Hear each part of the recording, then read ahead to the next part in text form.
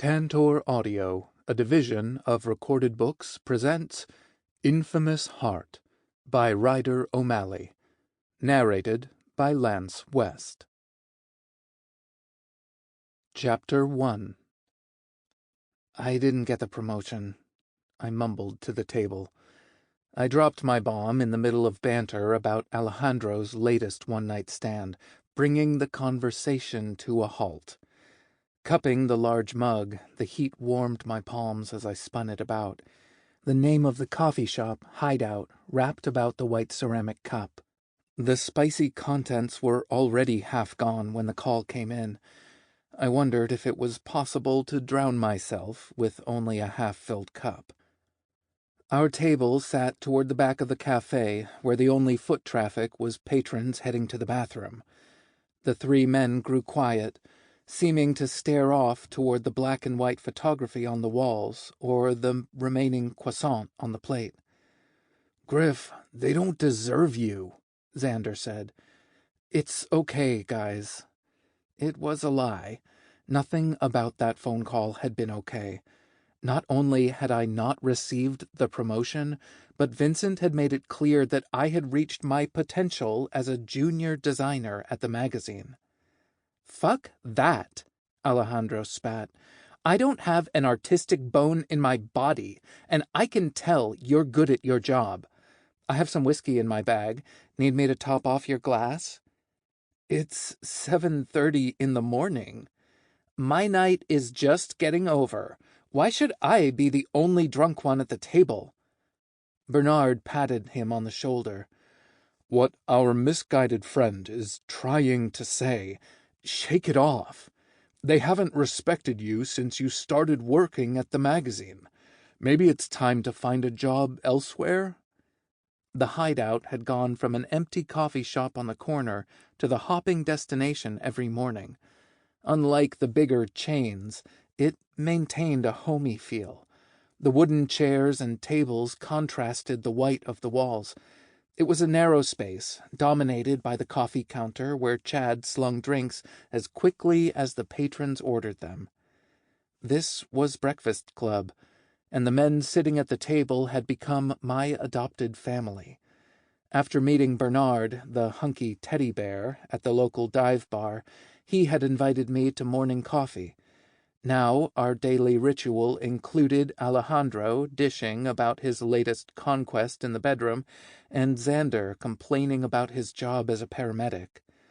Alejandro was getting off work from the nightclub where he tended bar, while the rest of us were preparing to start our days. Lord knows I didn't need to be spending the money, but it was a fair price to see this trio of troublemakers. Xander tore into his bagel as if he might not eat for days. His manners were questionable on a good day, but as he spoke with a mouth full of cinnamon bagel, I could tell he was about to bestow some of his overly aggressive wisdom. "Fuck them. You should quit. Alejandro can get you a job at the club. Or," he poked Bernard in the arm, "what about working public relations for the Centurions? Have you seen their graphics? Bernard's team could use somebody with your talents." As usual, Xander paid a compliment and an insult in the same breath. Bernard rolled his eyes, a signature move that happened at least a dozen times when we met for morning coffee. Yet again, every person at the table questioned why they allowed Xander to join them. "I mean," Bernard started, "working for the premier superhero team of Vanguard City, that wouldn't be a bad gig. Working at a magazine dedicated to showing the behind-the-scenes of superheroes had been a dream come true. It was like living in a comic book, and every once in a while I had the opportunity to meet one in the flesh." "I could talk to the bosses." Bernard played it cool, as if he wasn't referring to himself. His face hid behind his coffee as he slurped at the sweet nectar. It was hard knowing that the big burly man was, in fact, one of the Centurions, a superhero dedicated to protecting the Earth. Bernard believed his secret identity safe, a complete mystery to the world. I don't know about Alejandro and Xander, but I promised myself to never speak of it, not until Bernard was ready to come out of the spandex closet. It's okay. If I say it enough, perhaps I'll believe it. The entire situation was frustrating. I loved working for the magazine, but it was difficult to be the lowest man on the totem pole. Maybe I'm just not cut out for the art director position. It's Alejandro who interrupts my pity party. If you're not going to believe it, then we'll have to keep reminding you. The three of them held up their coffee cups, waiting for me to join. They're the best friends a guy could ask for, and they would remind me non-stop until I caved. I lifted my mug in the air. "Oh, what are we cheering?" Chad, the owner of the hideout, had a knack for showing up when the gossip flowed. He grabbed a nearby chair and shimmied in next to Alejandro. "We're celebrating Griffin getting his head out of his ass and realizing what an amazing guy he is." "Thanks, Xander, I think." "Speaking of an amazing guy, Griffin, dear Griffin, there is a gentleman who comes here in the afternoon that—" Whoa, Xander interrupts. "The last time you tried to set me up, they spent the entire date telling me about their mother's crochet hobby.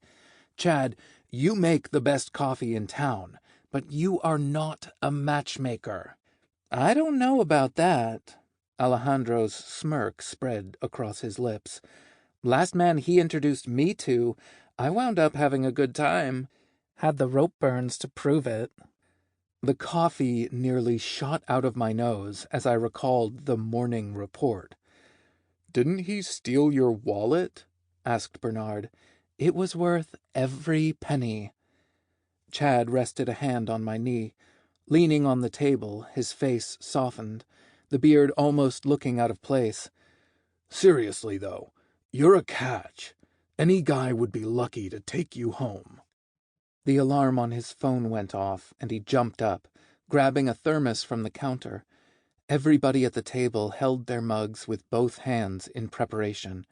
The door to the coffee shop flew open, and a blur moved through the space and exited before the breeze caught up to him. Zipper. The local super made a pit stop every morning at the same time. Why the fastest man alive needed coffee was beyond me. None of the patrons in the coffee shop looked up, accepting the fact that a man able to run Mach 5 had just picked up his daily intake of Java. Not to change the subject, Alejandro was about to say something inappropriate. It was his only predictable trait. "Do you think Zipper is fast to the finish line in the bedroom?" Everybody turned to look at the door. The question hung in the air, and now it became a game. Who would break the silence to answer his question? I bet on Xander. Despite his dislike of superheroes, he wasn't a prude in the bedroom. I bet he thought, "I'm more interested in how fast he's ready for round 2.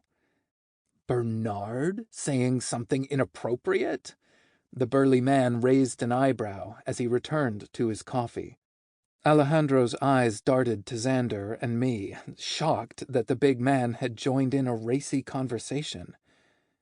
"Bernard," Alejandro whispered, "have you—" He checked to make sure Chad was out of earshot. "Hooked up with a centurion? Basher, I can see you on all fours." The coffee shop filled with the sound of cell phones ringing. I reached for my phone and opened the Hero app. Thanks to working at the magazine, I had met plenty of superheroes, but it was always more exciting to see them in action. Several blocks away, a villain had broken into a warehouse. The app came in handy when deciding which streets to walk on my way to work. No point in stumbling into an alien invasion or a cyborg army trying to overthrow the government. "Gentlemen, it looks like I have to get to work." Bernard waved his phone. Whenever the hero app went off, it meant the Centurions needed him.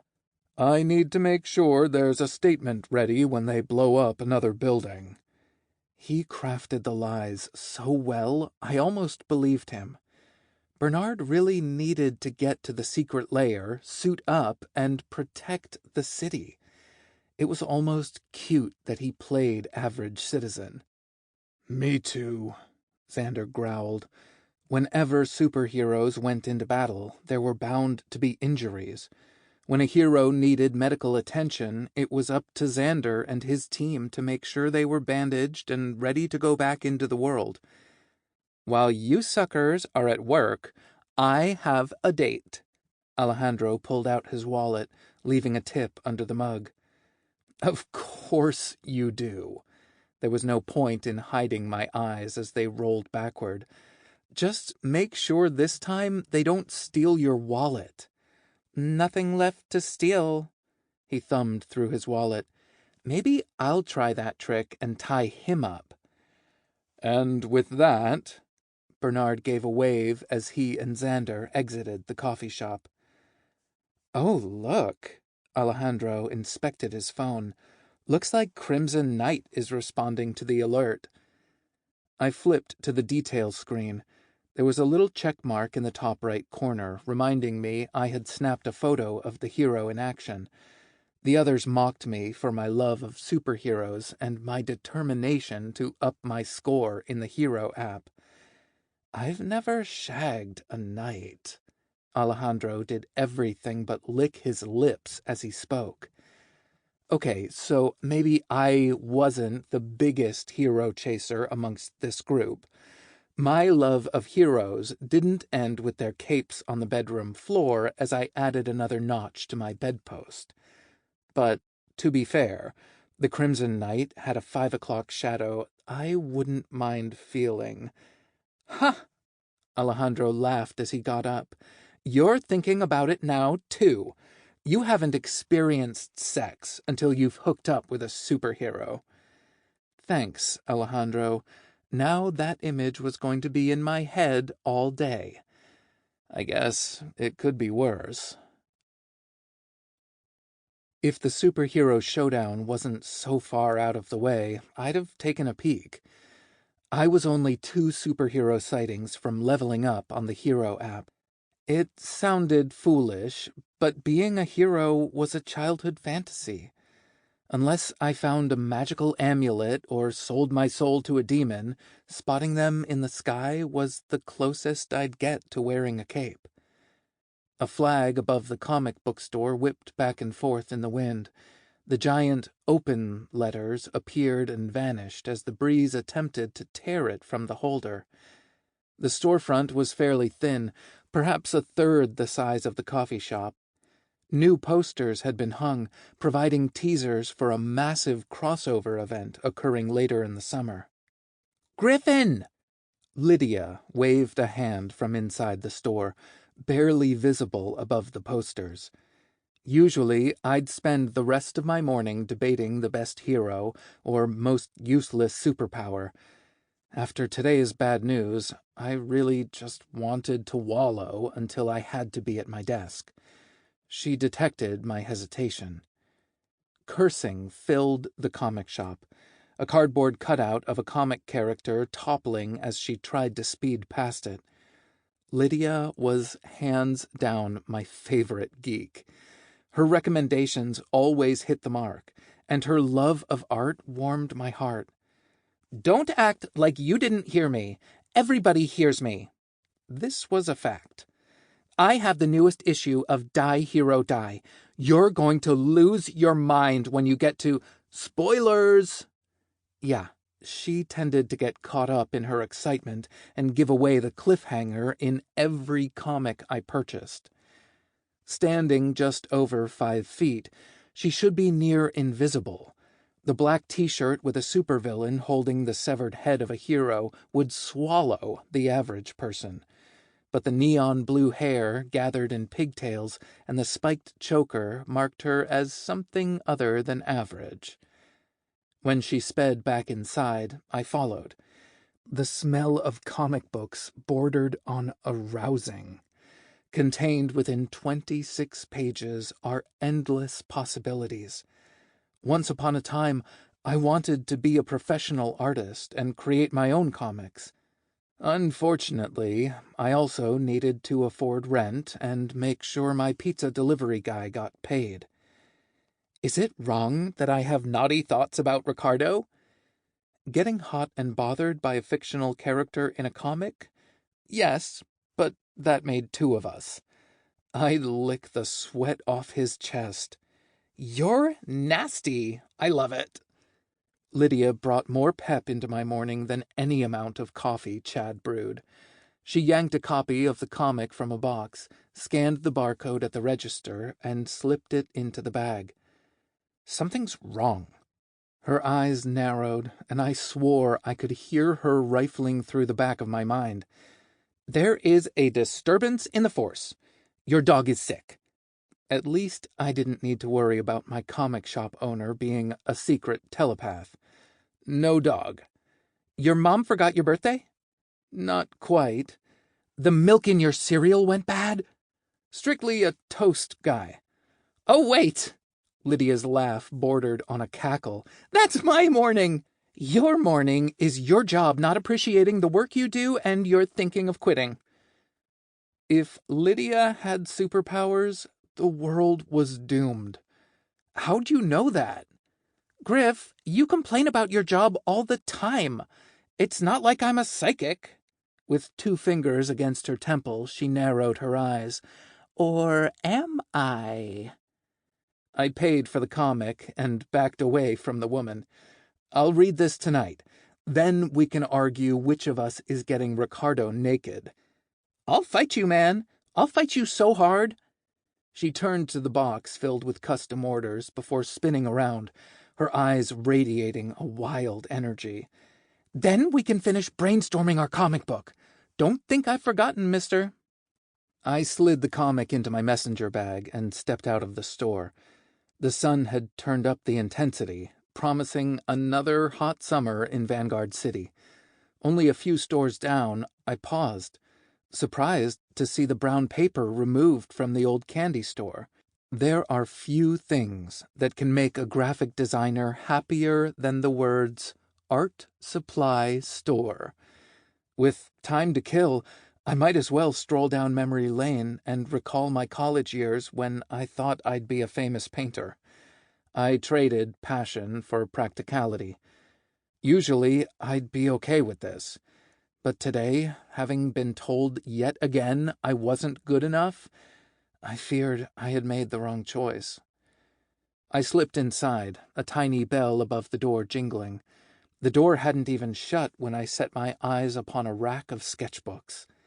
You're not an artist until you have a collection of empty sketchbooks falling off the shelf. Once upon a time, they were like a drug. My fingers dragged along the exterior, feeling the coarse bumps of the covers. It was good to see I hadn't entirely kicked the habit. Turning the corner, the aisle held the canvases and acrylic paints. During school, not a single shirt I owned escaped the wrath of my major. It had been freeing, sitting outside, watching the waves along the beach as I tried to capture the essence of the shore. I hadn't been a great painter, at least not skilled enough to make a career from it. But it seemed that was the story of my life. Good, but not good enough. My ex had made it clear that I would never amount to anything. When he left me for a well-to-do investor, he cited that my goals weren't lofty enough. "Oh my God," came a woman's voice. I spun. Being a large guy meant I took up plenty of room, and tight spaces like the aisle were my kryptonite. My messenger bag knocked several tubes of paint onto the floor. "I'm so sorry," add klutz to the mean things I'd say about myself today. Near the back of the store, a woman in a long peasant dress held her hands over her mouth. For a moment, I thought she might be a classmate from art school, but try as I might, I couldn't place her. "Sorry, I got excited. I didn't realize the front door was unlocked." "Oh," I felt foolish breaking into the store. "I'll come back another time." "No, no, no." She dashed down the aisle, kneeling and helping me pick up the tubes of paint. "Today is our grand opening. You're technically the first customer in my store." I held out my hand. "Welcome to the ward. Name's Griffin." "Clarice." She shook my hand, her grip far stronger than her slender frame should allow. "I guess if I'm your first customer, I need to buy something." The thick glasses exaggerated her eyes as they went wide and at the same time narrowed from the smile raising her cheeks. "What do you recommend for a former painter sorely out of practice?" "In a few weeks, we're going to start having classes. I mean, if you're interested." Her nervousness put me at ease. This wonderful woman was attempting to carve out a spot for herself in the business world. Sometimes life throws you a lifeline when you're drowning. "Where do I sign up?" Passion. This wasn't to put food on my table or to validate my skills. It was purely for love. I could swear my heart thumped a bit in my chest. "I'll need to practice a little, or I'll be finger painting." Her arms darted to the paints, grabbing a tube of yellow, blue, and then red. She eyed the brushes before giving me the once-over. Her fingers danced over the professional brushes before settling on a set of quality tools. "This is going to get you started. Do you need a canvas?" Oddly enough, I still have one in my closet. One of those projects you swear you'll get to someday. She waved me toward the counter. "I don't want to sound desperate, but are you serious about signing up for the class?" "I went to school for art. Life forced me into the design field. But not good enough." The thought hovered just inside the shadows of my mind. Despite my best efforts, I think I believed it. How could so many people be wrong? But art wasn't always about being good. "Yeah, I'm serious." Lacking modesty, she performed a victory dance. "You just made my day," she sang. I paid and slid the paints and brushes into my messenger bag alongside the comic. The dark cloud hanging over my head returned as I left the art store. None of these tiny victories could push back the sense of dread as I headed to a job reminding me every day that I'd never be good enough. A job that preached to the choir. Chapter 2. The Secret Lives of Heroes. In a large bold font, it spanned the length of the room, just above the glass-partitioned rooms used for the larger staff meetings. Since the writers had been given their assignments, the designers were left to take their ideas and collaborate with the photographers. Our mission was to create a magazine that jumped off newsstands and stood out on websites. I was one of those designers. The Beacon occupied a 3-story brownstone building on the edge of the ward. Once upon a time, it had served as the office of a tech startup, which made sense why my floor looked like a cubicle farm. The lowly designers and column writers occupied the same space as the distribution and sales folks. It made for an eclectic group of people in the break room. It was easy to spot the designers from the salespeople. Known as the Grotto, our cubicles were a smattering of interesting magazines and weird artwork we stumbled upon outside the Beacon. They were good folks to work with, and if I only had to deal with them, I'd be a happy employee. The song piping into my earbuds ended. With nothing to do until the infamous Vincent approved my designs, I tried to look busy. I failed miserably, but at least I got to catch up on my podcasts and check out new music. The bass riff started, and I spun about in my chair to see if any of my co-workers were about. Things were about to get incredibly weird in the design grotto.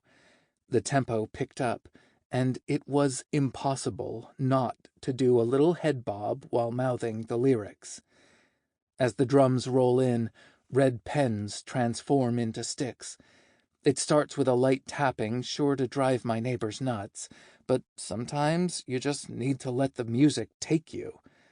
With a fast spin in my office chair, the beat pushes onward, building.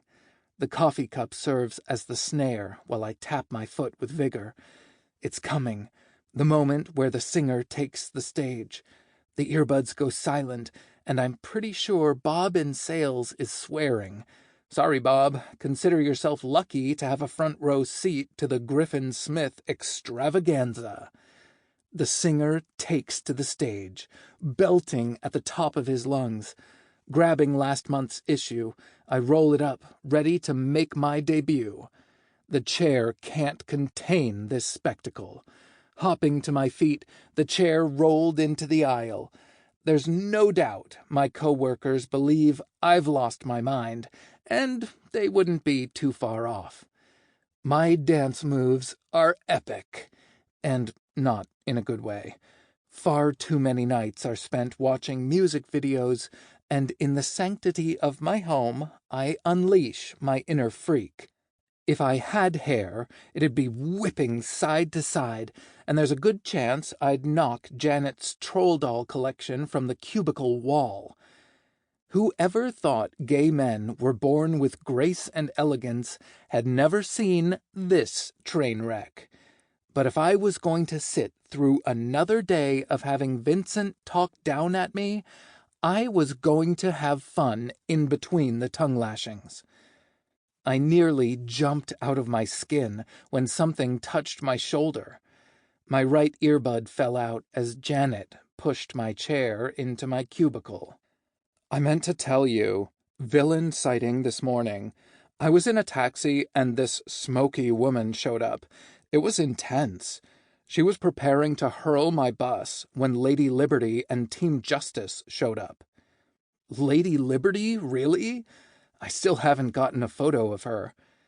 I continued to shake my hips from side to side. Too late. I'm a level above you now. I gave her a bump with my butt. I'll catch up. Just wait. While I enjoy, she waved a hand up and down my body, whatever this is, I'm about to ruin your good day. Nice try, Janet. My day started off ruined. Nothing you could say could pull the rug out from under me. Give it your best shot, Lady Trolls-a-lot. I'd choke you with my mouse cord, but I'm sure you're into that. Hostile. I expected nothing less. Our banter might continue for the next 10 minutes as we attempted to one-up the other. Human Resources was at the other end of the room behind a closed door, and we took advantage of the distance. The spread you did? Her voice softened almost to a whisper. This was going to be worse than bad. I dropped down in search of my earbud as she continued her story. I was upstairs meeting with Carlos, that super hot photographer we've been sending to do the home shoots. The guy's a genius. I really think with him in charge of the photography, the magazine will move to the top shelf. It doesn't hurt that he's... You're killing me! Get to the end! I listen to you rattle on about men all the time. Suck it up. She had a valid point. Fine.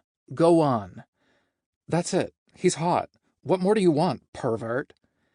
She might be my work wife, but it might be time for a divorce. I'd let her have the kids. I'd keep the plants. We'd go our separate ways. Back to the holo spread. Oh, right. I loved her. Truly, I did. Vincent had your spread, and he was presenting it to Bossman. It seemed like he was quite the fan of your layout. Bossman used words like visionary and revolutionary as he looked it over. My heart swelled with pride. Really? No, But he said he thought it was a great artistic direction for the magazine. He wants to see more work like that, and it looked like we were all about to be your underlings. Here it came. Sample complete. Ready to continue?